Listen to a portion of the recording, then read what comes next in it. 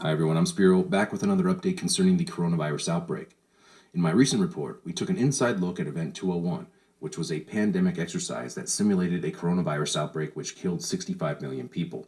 The simulation took place shortly before the actual coronavirus outbreak had occurred.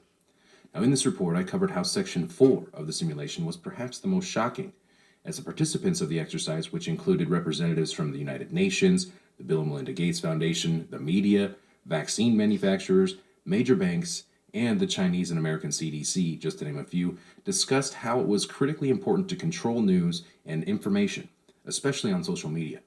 Now, one of the members, who works for the Monetary Authority of Singapore, even suggested it's time for governments to jail those who post fake news.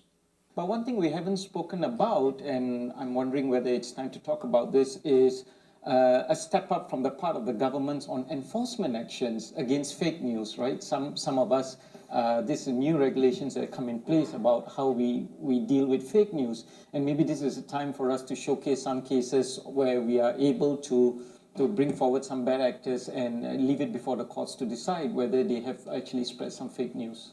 Now, what is fake news? And who decides what the facts are? And who fact checks the fact checkers?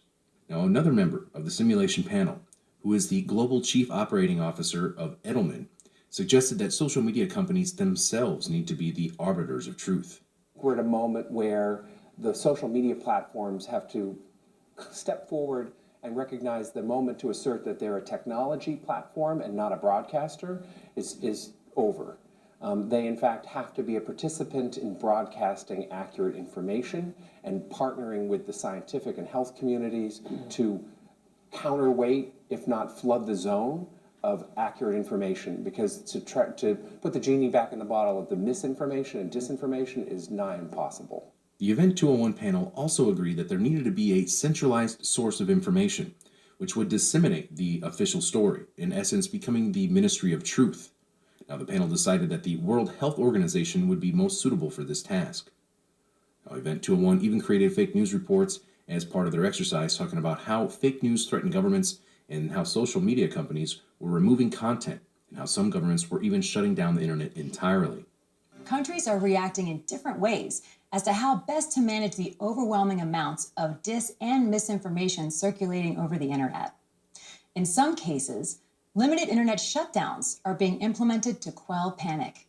Now, just as the simulation itself seems to eerily predict the coronavirus outbreak, we're beginning to see other scenarios in the simulation come to fruition, such as travel bans, a negative impact on the economy, as well as censorship, as Facebook, Twitter, and Google, which owns YouTube, have all vowed to stop, quote, misinformation.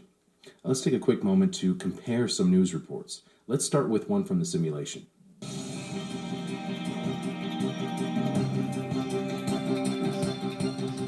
Alarming news emerging from social media companies today about the CAPS pandemic. Twitter and Facebook are reporting they've identified and deleted a disturbing number of accounts dedicated to spreading disinformation about the outbreak.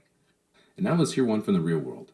As we continue to monitor the deadly coronavirus outbreak, social media accounts are also spreading misinformation about the deadly virus.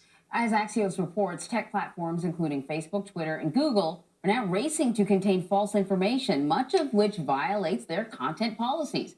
Do we really want social media companies deciding for us what is and what is not misinformation? Can't we, the people, discern truth from non-truth for ourselves?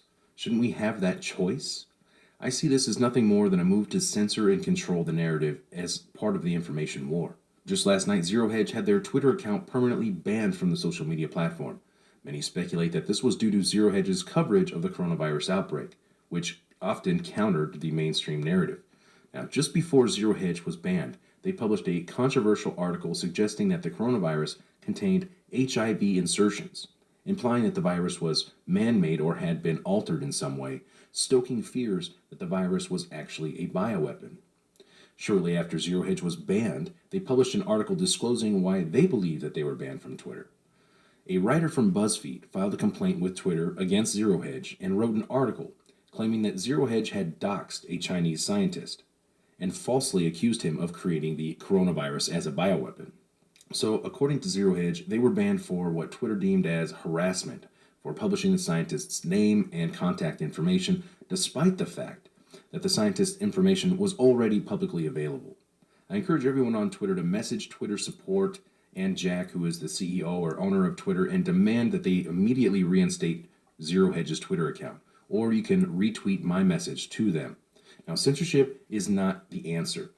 In my opinion, we need all the information we can get our hands on so we can determine for ourselves what is actually taking place. We cannot simply rely on social media companies, the governments, or the corporate media and their controllers, or even the UN and the World Health Organization to decide what the truth is for us. Now, be sure to follow me on Twitter and also other platforms which do not censor content, such as BitChute, where I post all my reports, and Gab. I'll post links in the comments below. Stay tuned for more. I'm Spiro.